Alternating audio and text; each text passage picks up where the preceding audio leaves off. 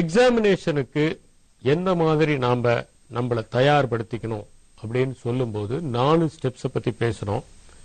ஒருத்தர் சக்சஸ்ஃபுல்லா ஒரு யூனிவர்சிட்டி ரேங்க் வாங்குறதோ அல்லது அவங்க எதிர்பார்த்த பர்சன்டேஜ் வாங்குறதோ இந்த 4 ஸ்டெப்ல தான் இருக்கு. ஒன்னு selection of major, second collection of materials, third preparation, 4வது பிரசன்டேஷன். இதுல 3 ஸ்டெப்ஸை பத்தி நம்ம தெளிவா பார்த்துட்டோம்.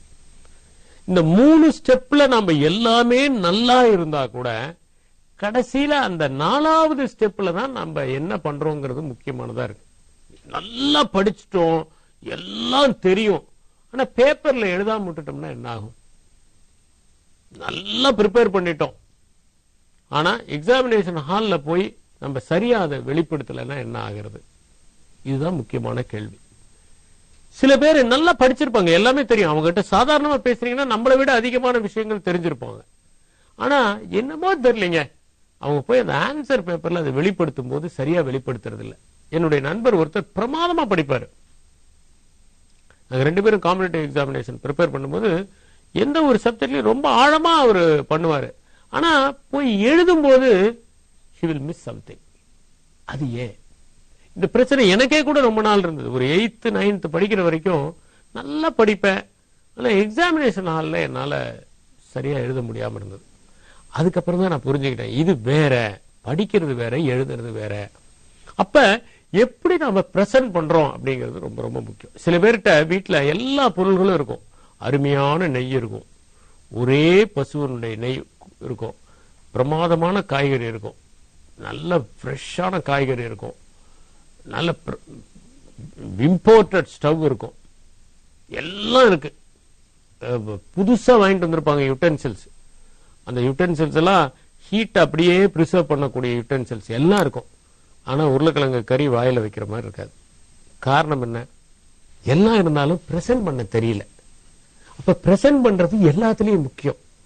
எது ஒண்ணுலயும் பிரசன்ட் பண்றது ரொம்ப முக்கியம். அப்ப எப்படி பிரசன்ட் பண்றது,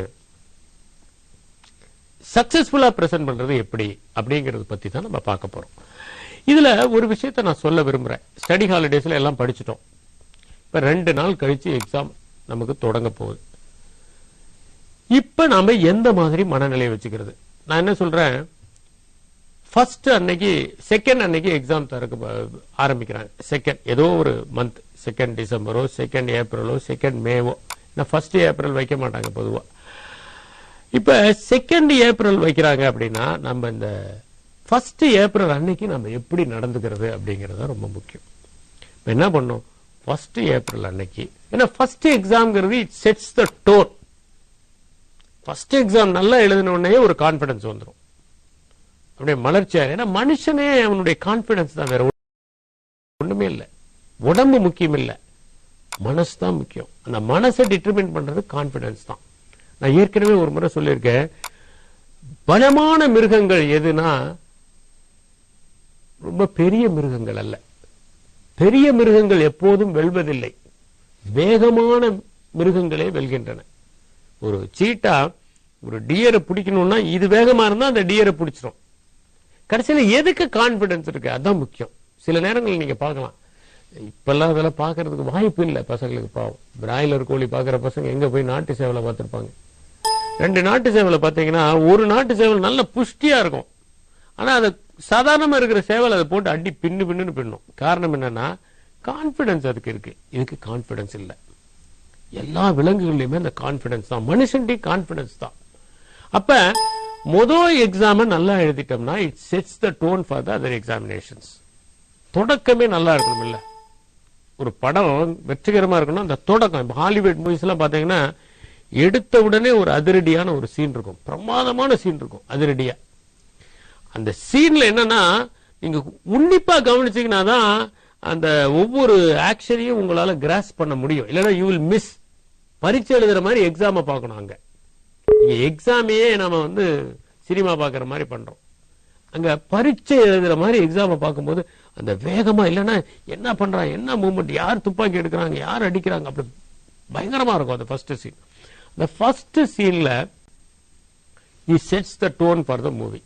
அப்ப கொஞ்சம் அப்படி தொய்வா இருக்கிறவங்க கூட இப்படி நிமிர்ந்து உட்கார்ந்துருவான். இனிமேல் அவனுடைய அட்டென்ஷன் வேற எங்கேயுமே போகாது. அது மாதிரி முதல் தேர்வு நமக்கு ஒரு கான்பிடன்ஸ் கொடுக்குது. இப்ப 2 ஏப்ரல் எக்ஸாம் ஆரம்பிக்கிறாங்க. 1 ஏப்ரல் என்ன பண்ணணும்? 1 ஏப்ரல் அன்னைக்கு 2 என்ன எக்ஸாமோ அதை பத்தி ஒரு முறை எல்லாம் ரிவைஸ் பண்ணணும். அதான் நல்லா ரிவைஸ் பண்ணணும். புதுசா எதுவும் படிக்கவே கூடாது. இது வரும்னு யாரும் சொன்னா அதை கண்டுக்கவே கூடாது. ஏற்கனவே படிச்சதை நல்லா ரிவைஸ் பண்ணிட்டு மலர்ச்சியா திருப்தியா ரிலாக்ஸ்டா மைண்ட வச்சுக்கணும். நல்ல ரிலாக்ஸ்டா மைண்ட வச்சுக்கணும். அன்னைக்கு போய் 12 மணி வரைக்கும் படிக்க கூடாது. சில பேர் என்னன்னா எக்ஸாமுக்கு முதல் நாள் நம்ம அந்த சப்ஜெக்ட் படிச்சுக்குவோம், மற்றதெல்லாம் முடிப்போம். கிடையாது. முதல் சப்ஜெக்டையும் நீங்க முதல்லயே டெய்லி அந்த கவர் பண்ணக்கூடிய ஸ்கெடியூல்ல கவர் பண்ணிக்கிட்டே தான் இருக்கணும். இப்போ எக்ஸாமுக்கு முதல் நாள் அந்த அப்டிராக்ட் நோட்ஸ் ஒரு தடவை பார்த்துட்டு அன்னைக்கு சீக்கிரம் தூங்க போயிடணும்.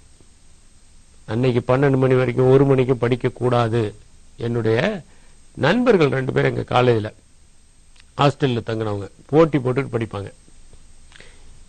இவன் ரூம்ல 12 மணி வரைக்கும் லைட் எரிஞ்சா அவன் 1 மணி வரைக்கும் லைட் எரியும். அவனுக்கு போட்டி. அவன் எட்டி அந்த லைட் எரிதான் பார்த்துக்கிட்டே படிப்பான். நீ அதிக நேரம் படிக்கிறியா, நான் அதிக நேரம் படிக்கிறேன். ஒரு எக்ஸாம் வந்துச்சு, என்டமாலஜி. இவன் பாத்தீங்கன்னா இவன் லைட் அணையவே இல்லைங்க, படிச்சுக்கிட்டே இருக்கான். லைட்டு பார்த்தோன்னே நானும் இன்னைக்கு நைட்டு ஃபுல்லா படிக்கிறேன், இவனும் படிக்கிறான். அடுத்த நாள் என்னாச்சு, எக்ஸாமினேஷன் ஹாலில் போனா இந்த அவனை பார்த்து படிச்சான் பாருங்க, ஏவை பார்த்து படிச்ச பி என்ன பண்ணா அப்படியே சோர்ந்துட்டான். ஒரு 1 மணி நேரம் எழுதிட்டு அப்படியே கண் அப்படியே சுத்துது, அப்படியே படுத்துட்டான். அப்புறம் ப்ரொஃபசர் வந்து கொஞ்சம் தண்ணி கிண்ணிலாம் தெளிச்சு எழுப்பி எழுத சொன்னா ஏதோ அரையும் குறையுமா காமா சோமான்னு எழுதிட்டு வந்தான். வெளியே வந்தோடனே அவனை பார்த்து கேட்டான், ஏய் என்ன நீ மட்டும் எப்படி தூங்காம படிச்ச, கொஞ்சம் கூட டயர்டு இல்லாம இருக்கிற? எனக்கு டயர்டாகி நான் இப்படி தூங்கிட்டேனே அப்படின்னு. எனக்கு தெரியும் என்ன பார்த்து நீ காப்பி அடிப்பேன்னு. அதனால கொஞ்ச நாளாவே லைட்டை போட்டுட்டே தூங்குற பழக்கத்தை நான் டெவலப் பண்ணிக்கிட்டேன். அதனால ஒரு பிரச்சனையும் இல்லை அப்படின்னு. இதான் ஒருத்தர் பார்த்து ஒருத்தர் நைட் எல்லாம் படிக்கிறது, அவன் 3 மணி, இதெல்லாம் இந்த எவ்வளவு நேரம் படிக்கிறாங்கிறதெல்லாம் முக்கியமே கிடையாது. எவ்வளவு அடர்த்தியா படிக்கிறோம், எவ்வளவு செறிவா படிக்கிறோம் அப்படிங்கிறது முக்கியம். எக்ஸாமினேஷனுக்கு முதல் நாள் கரெக்டா நல்லா தூங்குங்க. நான் ஏற்கனவே சொல்லியிருக்கிறேன், தூக்கம் ரொம்ப அவசியம். அதுவும் பர்டிகுலர்லி எக்ஸாமினேஷனுக்கு முதல் நாள் படிச்சதெல்லாம் நீங்க தூங்குனீங்கன்னா நல்லா கன்சாலிடேட் ஆகும் மைண்ட்ல. நல்லா தூங்குங்க, மலர்ச்சியோடு எந்திரிங்க, ஃப்ரெஷ்ஷா இருங்க. கரெக்டான டைமுக்கு எந்திரிக்கிறது, அப்புறம் நல்லா குளிக்கிறது, நல்லா ஃப்ரெஷ்ஷா குளிக்கிறது, அப்புறம் காலையில நல்ல ஓரளவுக்கு நல்ல சாப்பாடு, நல்ல இது சாப்பிடுறது, breakfast rich in proteins, rich in carbohydrate சாப்பிடுறது. அப்புறம் சில பேர் என்ன பண்ணுவாங்கன்னா, இதெல்லாம் இந்த பசங்க கிட்ட உண்டு, ராசியான சட்டை ராசியான பேண்ட்னு ஒண்ணு வச்சுக்கிறது. அந்த ராசியான